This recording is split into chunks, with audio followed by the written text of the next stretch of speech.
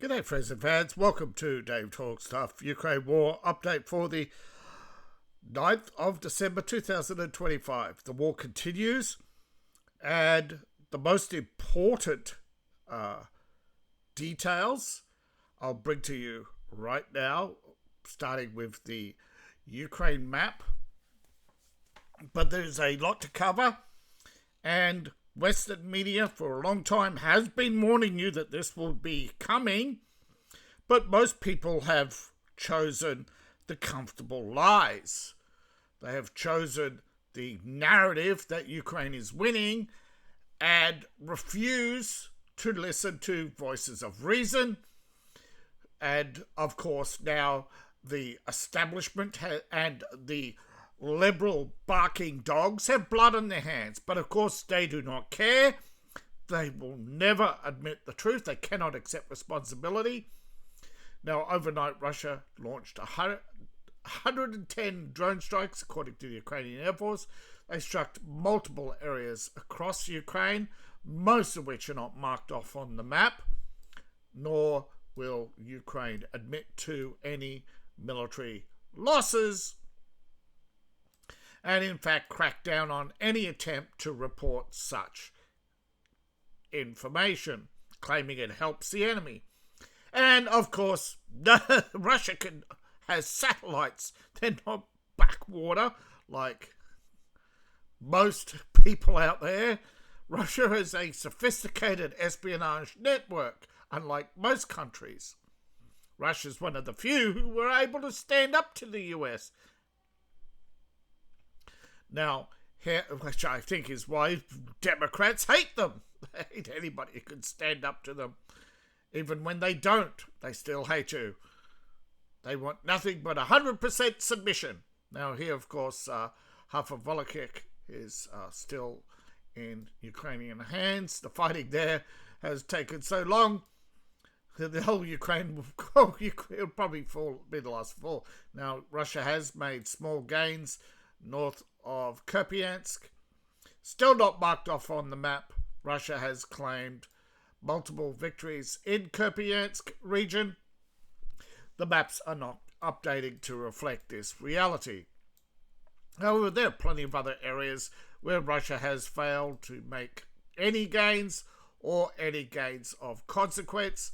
There's talk of Russia taking Seversk. That is clickbait. Russia has not advanced in Seversk. They have advanced north of Seversk. They have not surrounded. They have only increased brought their lines forward and increased their presence in slightly, and that is slightly, on the outskirts of Seversk. You can see the map here quite clearly. No, this is not the only map that shows that Russia has not made significant gains in Seversk or anywhere else other than Kupiansk. Though they have made gains in other areas. Konsk is not one of them, although they have shelled the center of Konsk again. They've made a little bit movement in the last week, but that is about it. Now, they've closed the gap here, but it's less than a kilometer apart. Although in some areas it looks bigger. Same here. They've made a little bit of gains, but it is nothing of significance. Mostly it is moving less than 100 meters. They've moved trench lines a little bit each day, bringing up more troops, although these are mostly reserves who are coming fresh off training as rotations begin. Now there's nothing of significance here, no changes, although they have shelled many places. Hirupol, they've made no gains. There's nothing to show for any of the previous attacks. And of course, Kherson remains Kherson. Now, in other news, and one of the biggest significant changes which will affect Europe is the Turkish gas company, Turkstream. They're moving from the Netherlands to Hungary. This is a significant revenue drop for the Netherlands. It'll actually impact tax revenue, I believe, by 1%. Now, that's a lot of money for tax revenue for a small country. And has a boost to Hungary, because Hungary long has sought companies to move to Hungary. Now, this is a result of the Dutch court taking DTEK to court to seize their assets of the South Stream Transport BV. Now, this is a gas pipeline. This is a partnership with Gazprom, a sanctioned company. Now, Turkey has said, fuck you, in multiple languages to the European courts many times, but the Dutch have proceeded with the case, so they gave them the big fuck you. I think the Turks knew this was coming for some time and have been biding time so they could pack up and leave at a moment's notice. Now, Ukrainian special military operatives claim to have targeted military facilities in occupied lands with deaths. Folks, they blew up a warehouse. Congratulations, you're saboteurs. What more? What do you want? A pat in the head? A pat in the head? This is hope, comrades! No, it is cope. It is cope. In weeks of planning. I mean, I've seen this before. I studied World War II. I've seen this before. All right? In the weeks, months, even years of planning for Britain to carry out a commando raid. Didn't even slow down the Germans in their advances in France. Okay, it is only until American intervention, which of course is what they are all hoping for. Voldemort is asking everybody for unity, and in fact, they claim now this is not Russia. This is Turkish news, who have been warning you for some time. The number of Ukraine has admitted that the desertions are too high, that it has weakened their front lines. Ukraine's allies are saying they are now at a critical moment. And of course, they're asking for US support against Russia to force Russia out of Ukraine 100%. And America knows the cost of this is too high, but Europe doesn't care. They're not paying the bill. Ukrainians, Zelensky and the women of Ukraine don't pay the bill, or they will once they start flooding Ukraine with refugees and they find out that rape gangs are real. You know, this is the problem. You always think short term, but you never look at the consequences. Ukrainian firefighters, by the way, are running out of equipment. Ukraine is running out of winter gear. Ukrainian civilians are running out of hot food. They are running out of fuel. And Macron and Europe are running out of money, though they claim to now have many cards in peace talks, in that they are now holding Russia's assets in Europe hostage. Because Keir Starmer and German Chancellor Merkel 2.0 and Ukrainian President Penis Piano claiming that, as reported by European Pravda in an exclusive interview, that they now have the power, the upper hand, comrades. Our struggle shall prevail. And it's all cope. What is their plan? Well, we want the US to impose some more sanctions. We want the US to do guaranteed security. All of this is cope.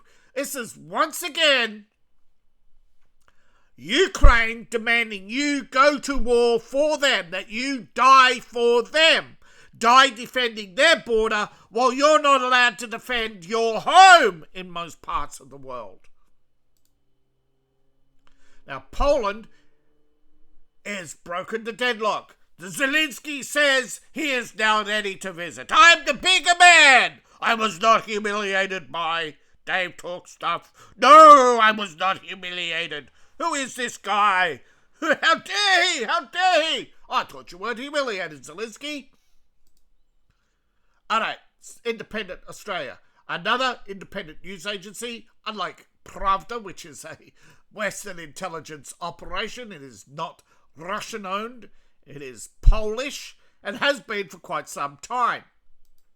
Most people out there are stuck in the 1960s. They never learned a new thought. They're so stupid, right? They believe evolution's a fact. No, it's the theory of evolution. They believe out of Africa is a fact. No, it's the out of Africa theory, which has been debunked by Greece, Turkey, China, and I think Japan have all debunked out of Africa with their own anthropological finds. First off, ancient bones with no African DNA. Case over. They now found that there are Native Americans who do not have Siberian DNA.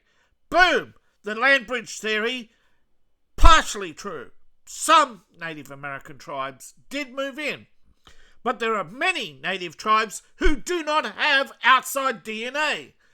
Asia is one of the few where you get predominantly Neanderthal and Cro-Magnon mixed together. Okay? We have more. Caucasians and Asians are related, but we are not directly related to most Native Americans, Native South Americans, or Africans, and only partially related to Indians. Which means multiple origins of a base DNA strand, but that base DNA strand does not have mitochondrial DNA. Okay, those are found in cells, not base DNA itself. Okay, the so-called mitochondria may have it's a foreign entity, transmitted inert virus. Okay, it's got nothing to do with the origins of mankind.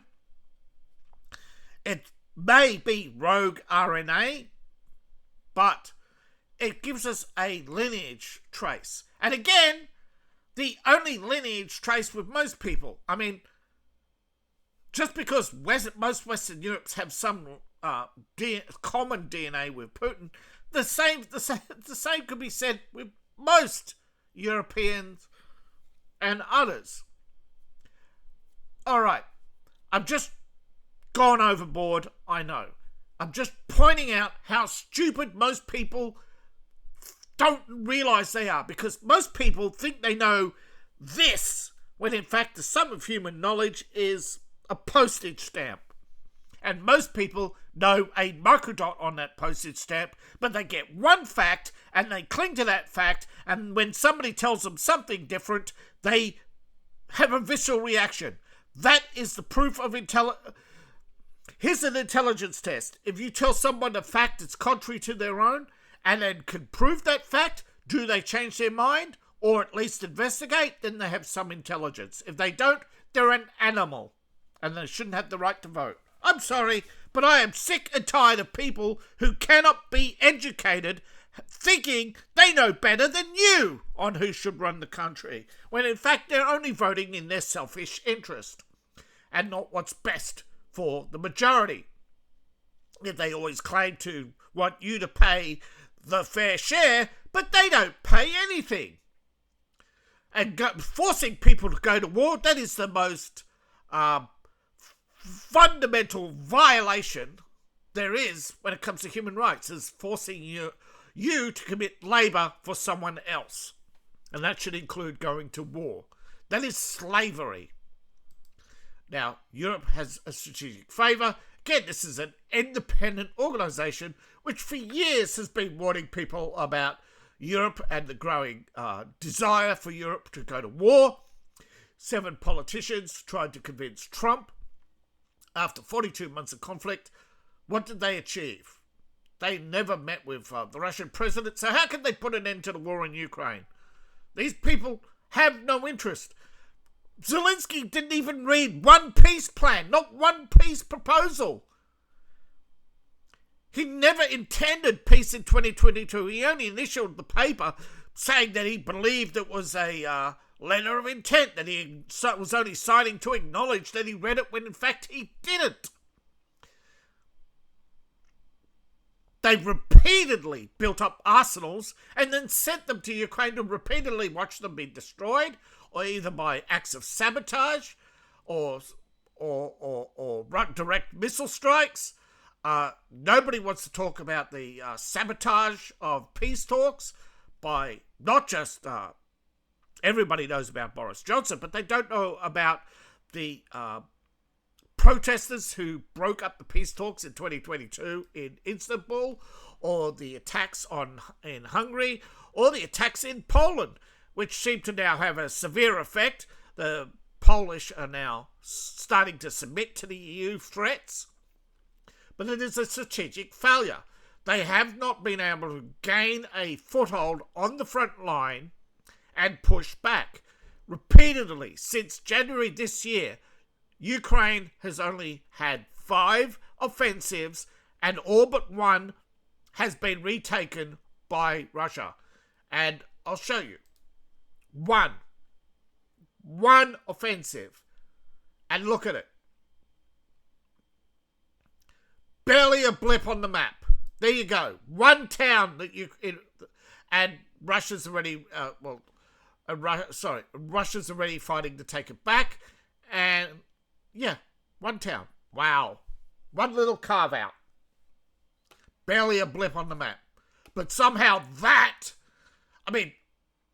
like the Battle of Kursk, Russia's, or Stalingrad. Russia says, hey, we held it for a month. And then 6 months later, they were surrounded and destroyed. This is the arrogance of the idea. The concept is called too big to fail. It's pretty much game over. When you think, and ta-da, have I not told you for ages, 400 billion. Ukraine is 400, Europe is 400 billion. This is the securing our future. This is the slogans. That's what they do. They hold meetings where they platitudes, thank each other. It's whether it's an award show or some documentary or a political meeting. Most of the content is nonsense. Okay. In the history of ideas and world and strategic confrontation, there are masterstrokes of genius and grave mistakes, and everything in between. Now, I'll give you a stroke of genius, okay? Still today, people can't figure out. The Russians, they broke the German lines.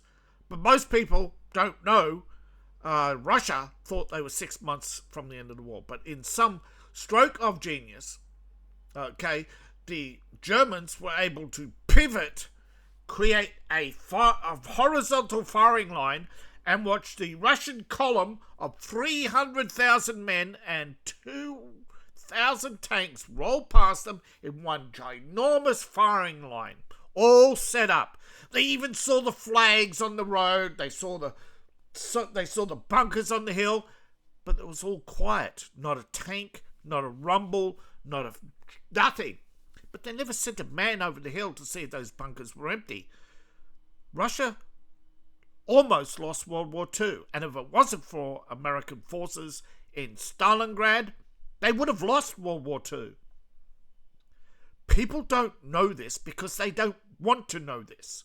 But in a stroke of genius, the Germans almost won World War II, but in a stroke of grave mistakes, they concentrated their forces in Stalingrad after their initial victories, and 6 months later, they were almost back to halfway through Ukraine, and then were fighting a slow retreat since. And their wonder weapons, most of them, the Tiger Ace and their jets, most of them were never in production level or in sufficient quantity to make a difference on the battlefield, because 10,000 T-34s, plus the fact that Russia and America together were out producing tanks by thousands. This is different in Ukraine, though. In Ukraine, Russia has the tactical advantage of production, but they do not have the manpower commitment they made in World War II, which is why why the West keeps thinking they're weak. However, Funding Ukraine is a giant opportunity for Europe, according to The Economist, yet everybody else, including the independents in Europe, say no. It is sophisticated globalist intelligentsia who keep wanting to spend capital, some $390 billion over the next 4 years, to sustain Kiev's beleaguered war effort. Remember, this is failure. This means they've already spent $300+ billion. Now they want to double down. That's the sign of failure. Effectively, the same old trick of claiming that they're boosting prosperity, that it's a just an investment, that'll benefit the European economy, but in fact, Ukraine budget deficits will go on for a century. Kiev will pretty much put no cash into Europe. European weapons will be littered across Ukraine. And ultimately, Ukraine is low productive, it is a capital intensive, and it's prone to so much corruption that it is a financial ruin. The idea of giving Ukraine a blank check is guaranteeing your financial ruin. Not theirs. They're gamblers. Gambling with your money, not theirs. Remember, most of these politicians write themselves blank checks. Now, apparently, there's only $160 billion in frozen Russian assets. That's it. The Economist has admitted there is not $300 billion. There is not that number. There isn't $230 billion. There is only €160 billion in Europe. And of that, right, they have to find another $230 billion. Now, of that, right, they lose money in the fire sale, right? There isn't anybody who's willing to buy the Russian assets at full value. India's offered the money, apparently, at a discount, $149 billion. And a deal, of course, that most people believe that India and China will buy these assets and transfer them back to Russia for a profit, but still transfer them back to Russia, or use it to collapse the European economy, or worse, hold Europe hostage. But it's not really enough. Again, that's fear-mongering, but the reality is they can't find anybody who'll guarantee $390 billion. They lost that in COVID, remember? Don't forget, European instruments only valued at $750 billion. So, and a lot of that is borrowed. So adding to that is an extra $200 billion, or around 230, from existing stockpiles, taxes, EU bonds. Who's going to buy it? Almost $700 billion in bonds, and it could actually end up being $900 billion. And then you have costs, accounting. $600 billion would be common debt that is borrowed from banks. So this mere $400 billion is a budget blowout because of the rising cost of borrowing. Europe has already had to increase airline fees, start recovering unpaid taxes from China. Do you know China owes, but this is where I think they get this $400 billion easy money, thinking, oh, China owes us all these taxes. Timu's never going to pay. Timu's trying to find ways of avoiding European taxes. Why are people still buying from Temu? They fund the Ukraine war. They sell every time. For every dollar you buy, China buys funds. They manipulate your currency to make a profit, and then they buy your assets, and then basically they're getting you to pay them to take you over, and they're selling you goods from slave labour, which you have to keep buying. But women just say, oh, I don't wear the same dress anyway. So they would buy a dress, wear it a few times, and then buy another and another. Or they buy panties, wear them once, and buy another and buy another. Eventually racking up huge debts. Oh, it's only 50 cents. Yeah, but it's 50 cents a week or 50 cents a day from millions of women. Temu apparently sells high-selling product on Temu apparently is women's panties, followed by stockings, followed by helmets to Ukraine. So a lot of your money from the EU is actually not going to Europe, it's going to China to buy cheap helmets and cheap body armour for Ukraine.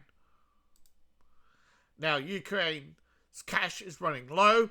Europe has no plan B. According to this, they need a loan based on Russian frozen assets in Belgium, but they don't want to go ahead with the India deal because India is not loaning the money, they're buying the assets. Allegedly backed by China, central banks. And again, this is only a rumour, but take it with a grain of salt that someone wants those assets, otherwise they wouldn't be constantly trying to get permission to steal them. Now, search of European finances only gets you results from Google, but take it with a grain of salt that the European debt crisis is not over, that the fallout from the 2009 to 2018 crisis with countries like Greece, bailouts, etc., have carried over to the current day, because Europe had to increase taxes, stop stagnate wages, increase energy costs. What they've seen is a lack of innovation. I know myself personally, any attempts at any startup will meet funding challenges from day one unless you're establishment. There is no one interested in outside. Europe is a closed shop. They are trying to expel all foreigners, even so-called allies. They're trying to now expel the US, with many citizens struggling with the cost of living. They rather punish America and go to hell in a handbasket than admit they are wrong. Typical feminists, right? But government deficits, some governments have been able to recently achieve deficits only by totally freezing and cutting foreign aid. But however, there's issues of slow growth and problems. France, financial instability, high regulatory burdens have cost Ubisoft, Dunlop, and many other companies a fortune. Yet, where has all this money that the France and all this has gone? It has gone straight into the coffers of refugees who have sent most of that money home, which has drained more than they have generated in extra revenue. Digital assets and digital innovations. What's happened? Outlawing loot boxes. Well, all those games that were gotcha games that no longer operate in Europe have cost Europe billions a month in revenue. And these games aren't coming back because they close. Now, who are the worst off? France. But, no. Greece, Portugal, Ireland, Cyprus, they can't repay their debts. They've been written off, which is all now burdened by France. Because French, same with the French debts in Africa. All this bullshit about France ripping off Ghana and all that.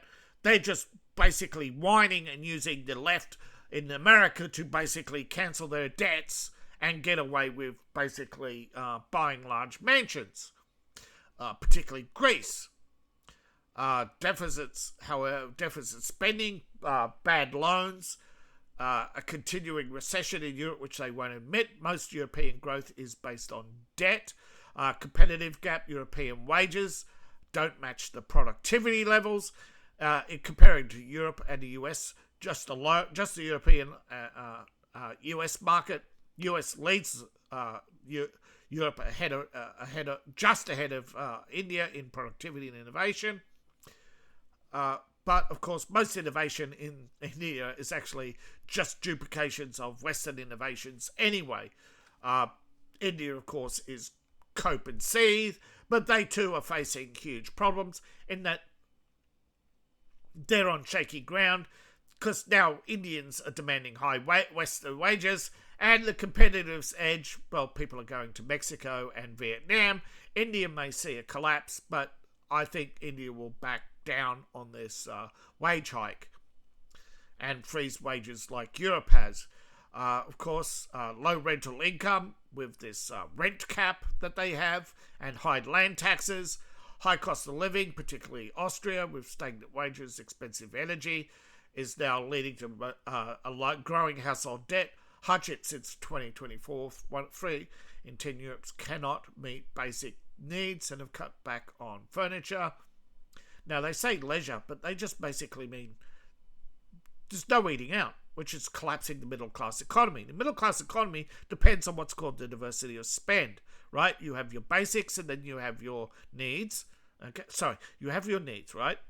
Food, water, but you have your desires, right?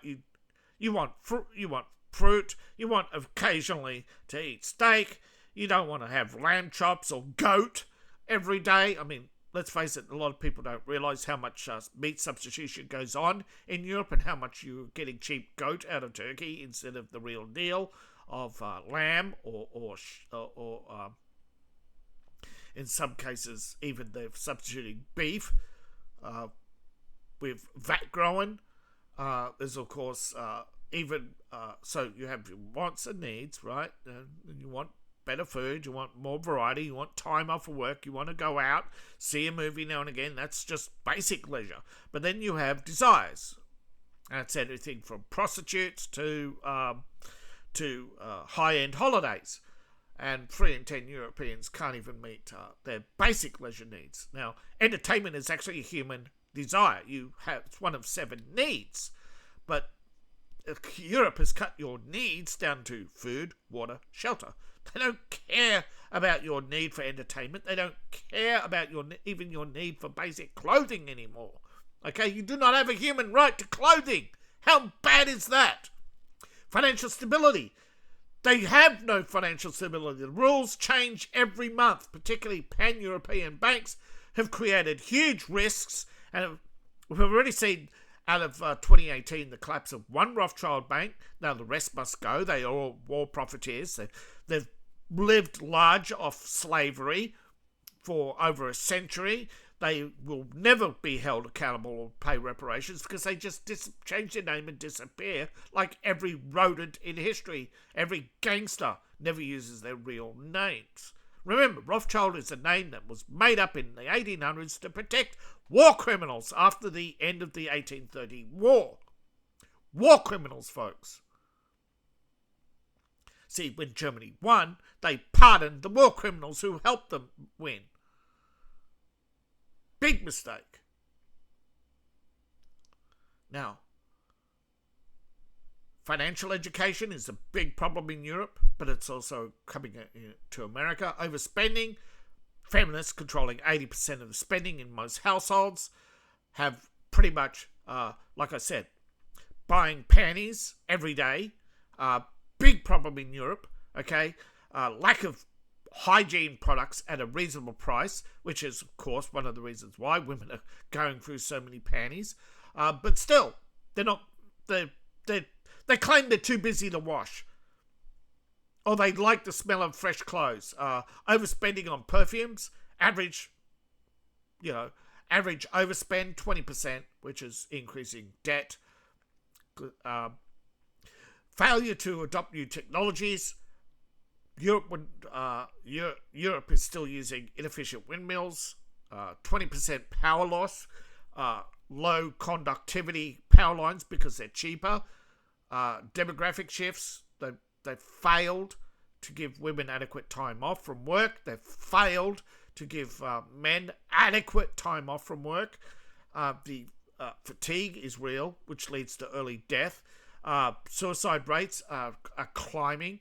They're putting not just financial, political burdens. If you disagree with them on anything, they pretty much ruin you. The state encourages women to leave their husbands. Political future outlook. There have been murders of political candidates in Germany.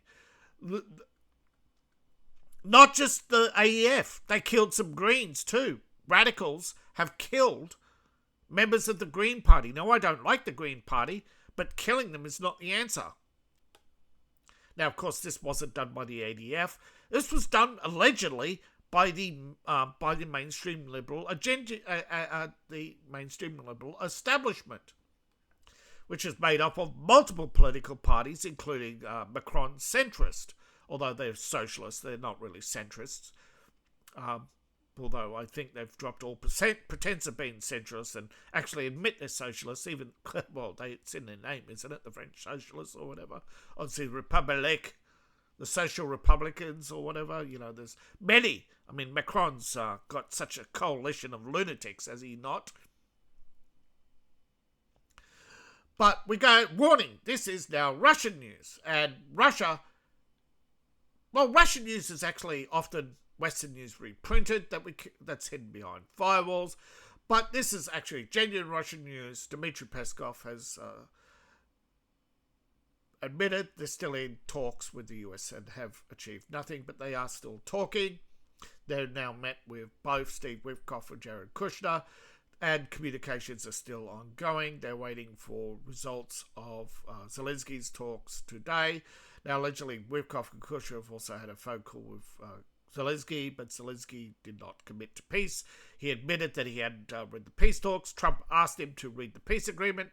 Zelensky ended the call and went to Rome to talk about dead children.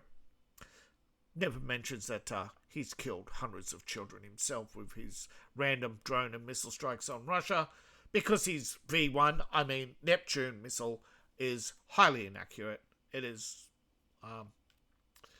basically a point-and-shoot weapon and relies on fuel loads for its range, to avoid GPS jamming. Now, allegedly, Russia has taken Krasnoyarsk, which is near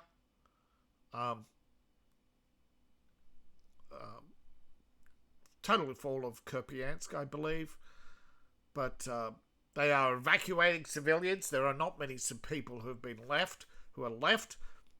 Now, over 30% of the buildings in the city are destroyed. They said they're working to liberate the rest of Donetsk. Yeah. But this comes... they're still working in Rovny, Rog, Kasnova, east of Krymons. They're often using Russian names. There aren't that many people left in these cities, but these are people who've chosen to remain behind and meet the Russians and join the Russian Federation, renouncing the Ukrainian citizenship. So they go through what's called infiltration processing. They are looking for Ukrainian spies and saboteurs, anybody who has a criminal history or is linked to any of the known militia groups. And of course, Ukraine's database was compromised, and Russia does know some of the Ukrainian agents, but not all of them, because there's no single intelligence agency. Countries do not have one intelligence agency. They have a unit like the SBU, the Special Branch Unit, that runs operatives, but they operate like cells. So some countries, I won't name Australia, had actually a number of illegal such units and operatives where they would recruit civilians on the promise of a better life, $1,000 a week. At the time, I believe in the 1980s, you imagine 1980s getting $1,000 a week when wages were like $399. I think that was the average wage. But when I got a job in, I think 98, well, I only got $149. My first job, $149 a week. Not enough to meet even basic rent at first, until later. Actually, welfare, I found out later, welfare was $349 a week. I was getting less than welfare, but I was only on part-time, allegedly, and getting $15 an extra a day for being able to process a computer. I was one of the few people in the company who knew how to use a computer, but still they paid me bugger all. And yeah, I soon that branch got closed and I never got shifted to another. They tried to remain as a cash register business, and they went out of business. Got replaced by Bunnings very quickly. Yeah, I worked at a hardware store. I worked for years at a hardware store, and then I worked in data processing. I've worked as a trolley collector and as a bookkeeper. I've actually designed video games. I had one published through an Australian company called Baltastic. So I've got a wide range of experience. So when I tell you that people have diverse ideas and you can never have a unified society, trust me, I've been in so many workplaces where even amongst the blue-collar, most unionized blue-collar, building, trade, there are so many people who want out of this oppressive system then of unionization, right? They didn't want centralization of power, but they so do not trust the right wing. Okay, there's a lot of people who merely probably voted for Zelensky for the same reason. He offered them out. Now, every time Ukraine has pretty much elected the same people over and over again. Same personality types, loud, has a lot of strong men. Same with Russia. Russia and Ukraine are very, very alike. Now, the Russian forces have only liberated the southern part of Dmitriev, according to the Russians. So we get at least a little bit more picture out of the Russians than we do from the Ukrainian news. The Ukrainian news is mostly hurling insults and claiming everything printed in Russia is disinformation. And I know a lot of people out there have already tuned out and will not listen to any Russian news whatsoever, which is a huge mistake because just shows you how intolerant you are, just shows you how closed-minded you are, and that information in Russian news can be searched and verified, which is why Russia, particularly RT, was one of the top 10 news agencies in the world, compared to how many American news agencies were in the top 10? One.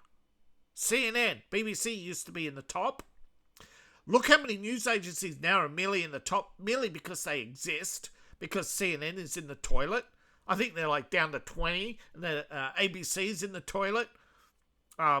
Most of the world's news agencies' ratings are in the toilet. I know in my own country that the number of people who watch clips on news clips on secondary channels outnumbers people who watch the primary news of an evening. Once upon a time, 90% of Australia sat down to the evening news. Now it's like bugger all. In fact, some TV channels can't even rate. They're so low, so unpopular. And again, a lot of it does not have to do with Ukraine. It's just merely that they just can long trust it because they're sick and tired of the barking Orange Man bad. They're sick of hearing about Ukraine needing weapons and armor and money. Now, armor, of course, is important, right? You cannot have a modern army without modern armored vehicles. Now, tanks may not be a primary frontline weapon, but they're still a primary weapon. You need artillery. Without artillery, you are screwed. And if you rely on fixed artillery, you are screwed. America is getting rid of its fixed artillery after seeing how many fixed artillery pieces last. Well, Russia lasts longer than artillery. Russia lasts longer than Ukrainian artillery. But Ukraine won't admit anything. They've refused to withdraw their troops. And of course, as a result, in parts of the Donbass, the casualty rate today was much higher by about 200. That is not, it's only because Russia has not increased its attacks. In fact, today there was less drone attacks than yesterday by the factor of 7. Okay, there were 7 times more missile attacks, but more casualties today. Why? Because Ukrainians are under orders not to retreat, and thus they are mowed down by artillery. They're not even taking cover in some places. But in other places, drones are getting more and more precise, less and less drones being jammed. And as less drones being jammed, Russia doesn't have to launch as many drones. And remember, most of these drones are short range. Now, Trump has hinted that Ukraine may have to make territorial concessions to Moscow to get a peace deal. And Zelensky said no. And he is not actually reading the deals. And Trump has called him out on that, saying, look here, basically he tried to make peace with Zelensky, tried to be nice to Zelensky. Zelensky turned out to be just as ungrateful now as he was back when Trump first offered to help him. And he will not hold an election, but Ukrainian people should be given a choice, said Trump. If you think you're a democracy, talk to the people, give them a choice. He said, nah, there's a war on. Now, Trump is turning up the heat on Zelensky to accept the peace plan, according to... normally I'd say liars and lickers, but I think this time the liberal media got it right, particularly the New York Times. But many Turkish, French, German commentators who are not liberals, even New York, where you could say they're going from liberal to communism. Remember, folks, I've often said liberalism ends in fascism. It always does. Look up draconian law, will you please? Okay, Ukraine's cash is running low. Okay, now Ukraine has apparently had huge cash reserves in Europe, which is one of the reasons why Europe went, yes, we'll help you with the war. Won the penny told this is the most important finger is for counting the money. For Zelensky, it's the little finger in the middle for the playing of the piano. Yeah, very good. But still, look here. Your only victory in 6 months. No, 12 months. Sorry. But it has lasted 6 months. And right now, we have an update. Russia has increased its artillery overnight. The fighting continues. Air-launched missiles as of an hour ago. And after Ukraine struck targets in Donetsk and Lugansk, Russia has retaliated, launching air missiles targeting the senior commander of the 39th Brigade. Allegedly, Ukraine is admitting that Lieutenant Colonel Ivanov, senior navigator, has died during combat flight. No, they were taken out by Su-27 was taken out by a Russian long-range missile near the front line as they were carrying out counter-strike operations. Russia successfully air-launched a missile, taking out the aircraft. This was a MiG-31 using what's called look-down, shoot-down. Now, look-down, shoot-down allegedly is like Overwatch. You're basically looking straight down. You're using visual targeting. You see a aircraft approach. You basically dropping a missile straight onto them. Just basically like shooting fish in a barrel. Literally, just boom, straight down. You don't see it coming because most radar, it's just in most modern jets, it's just a forward cone.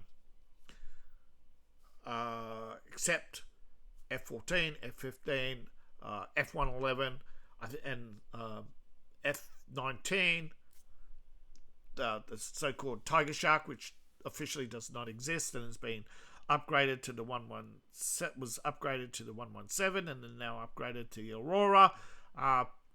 But you have the F-22, I think has a 360, as well as the F-35. But I think F-22s, I think they were cut. I think their numbers were cut. I think F-35s, their numbers were cut. I think Trump is going with a new bomber fleet, the B-21 Raider, and of course for the new fighter, F-35 is an interim fighter which will go to aircraft carriers eventually, with the land-based fighter, the much bigger, much faster Aurora Interceptor, and the tactical fighter will still remain the 35. I think all other aircraft will start going to air reserves or to Europe. I think that this is pretty much cope by Ukraine, claiming ejection crash. How many ejection crash have they claimed now? Right? Combat flight. was allegedly on a bombing run in a Su-27, which, by the way, supposedly has look-down, shoot-down technology, but they have no look-up. Okay, the MiG-31 has been altered. Okay, the Su-27 used to be the highest flying altitude aircraft, but Russia has upgraded its MiG-31 several times and has what they call near-orbit capabilities. Basically, it can spiral up and then pretty much just fly down. It just basically spirals up, has a huge overwatch over a large area, and can basically just air launch and then spiral back down to its base. It was probably shot from just over the horizon. So 170 miles, is it, or something, at the altitude, at a high altitude, something like that. Didn't see the missile coming. It's a tiny, looks like a bird on the radar. Okay, Russia isn't the only one. I think the US predominantly rely on look down, shoot down, or what they call over the horizon. The advanced tactical air-launched missiles. I think Russia's 120 compared to the US 170, although that's neither here nor there. When it comes at that high altitude, you're alone, and if you don't see the enemy, you are dead. So this is why Russia doesn't send its aircraft into combat zones, and why Ukraine has lost aircraft on average every week. Now, of course, that's such a low rate. They can replace some of them, but they're mostly replaced from stockpiles from other countries. But as they run out of Su series aircraft, I think the Su series aircraft manufacturing for some is still in Ukraine. I think Ukraine got some assets off Russia, which I think is another reason why Europe wants it. They want to basically pilfer what they can instead of buying it, Hey, never underestimate a cheapskate. But Zelensky yesterday met with Keir Starmer, Merz and Macron to talk about the peace deal. Their talks actually begun, ended an hour later. They did the handshake. Zelensky gave a unity talk and then left for Rome. But on the way, he had a phone call and believed to have made multiple phone calls. And of course, then he gave an interview to Pravda to basically rant about Russia. Gave another one to the Kiev Independent to rant about Russia. Then went to the mainstream media to rant about Russia. And of course, along the way, he stopped at several European banks begging for money. That's not a joke, by the way. Saying that, the guarantee is the Russian assets. I believe you will soon give me Russian assets. He actually wants the assets given to him. Okay? Doesn't just want the money. He wants the assets. So whatever these assets are, they must be probably the only... I mean, you think about it. If they probably will, basically under normal circumstances, you think, right? 190 billion in assets? You think Ukraine only makes 127 billion? So he'll just double Ukraine's GDP and then give himself a pay rise. Come on. Every road leads to self. Okay? Look at him. Okay? Becomes president, gives himself $384,000 a year. I think it was the biggest pay rise in Ukrainian political history. He has a huge mansion, believed to be worth $20 million, which happened to be in Crimea, in Sevastopol, it's believed. He also had a house in his hometown. Russia blew that up. He also had some factories. Russia blew them up.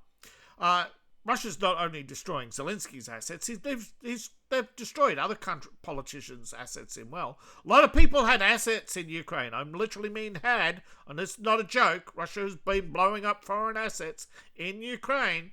That's why Zelensky wants revenge. That's why he'll never accept peace, which is why this war only ends in his death, but only when Russia's ready to pull the plug. But that's where we're at, isn't it? Europe, too big to fail. is failing. Russia, slowly getting out of debt. GDP growth, 1.2%. That is discounted. Again, that's only an estimate.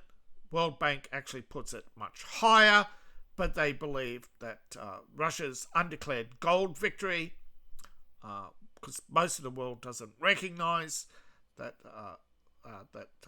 Russian traders are making a fortune on Russian gold on the open market and paying taxes in Russia on this. The Russian delusion and collusion narratives are breaking apart as India and China are now hiding from various agencies exactly how much they trade with Russia and how much they hold in Russian assets and Russian gold trades. Again, we're seeing a drop in gold trades in Dubai and other countries while the amount of gold on the market is increasing, which means someone somewhere else is trading lots of gold to the Chinese and making lots of money doing it. There's very few gold producers in the world. Russia obviously is one of them and is the only one not reporting losses. And the other is Canada and US, who are reporting increasing in sales, but not enough to cover it, which means World Bank suspects Russia. So that's where it's at. And of course, good luck trying to find these traders, because the market, remember, there's a lot of Russians who don't look Russian, don't speak Russian. They have multiple ethnics, groups who for a long time have infiltrated the West and quite well dug into Turkey and other countries where US has no authority. Not really. So good luck with your sanctions. Turkey's already told you to go fuck yourselves. They're not interested in your sanctions. They are soon going to pull out of Europe if they can get a Middle East trade deal together with Saudi Arabia to create. But of course it's contingent and was disrupted by Israel, of course, in Gaza. But of course that they could not have gone into Gaza without Saudi approval. Otherwise Saudi Arabia and Turkey would have armed Gazans to the teeth and sent in peacekeeping forces. So stop being naive about the Middle East. Stop thinking that Israel is the only demon in the world, okay? Because, trust me, British intelligence for 50 years have used Israel as a cat's paw. Willing cat's paw, but still a cat's paw nonetheless. So thank you all for watching. Please like, share and subscribe. Please support the channel. And as Napoleon said to Jefferson, stop being a naive child. Okay, support me on Ko-Fi, Patreon, buy my books, buy my merch. I appreciate each and every one of you. The link tree is found in the description below, in my profile, or scan the QR code on the screen. I think you all know Zelensky is just a cat's paw, but come on. Do I really have to keep reminding you that not all members of the WEF are ethnic Jewish people? There are Turks, there are Saudis, there are people of hidden ethnicity, that is, we do not know who they are, let alone their ethnicity. They have hundreds of members. Some of them are Indian. In fact, it's now believed the majority of WEF members are Indian. Who's not our ally. They only pretend to be. They're a member of BRICS, so how can they be our ally?